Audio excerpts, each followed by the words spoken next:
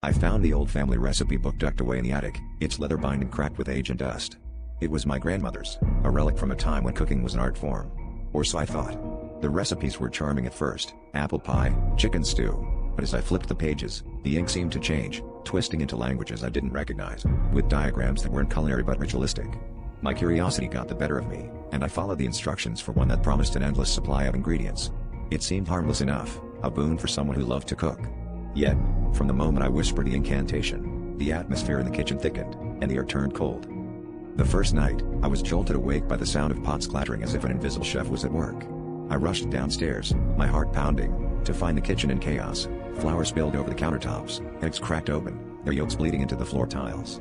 But as I stood there, the hairs on my neck prickling, I realized I wasn't alone. Shadows flickered in the corners, moving with a will of their own, and I could feel eyes watching me. I told myself it was a dream, stress manifesting from taking on too much.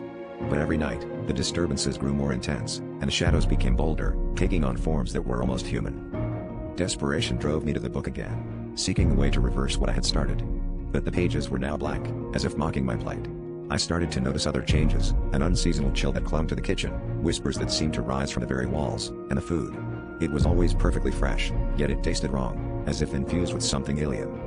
I dared not eat it, fearing what might happen if I consumed whatever it was I had summoned. The kitchen, once the heart of my home, became a place of dread, a room I avoided unless absolutely necessary. My friends stopped visiting after they sensed the strange presence, leaving me isolated. The final straw came when I heard my grandmother's voice one night, clear as day, calling me from the kitchen.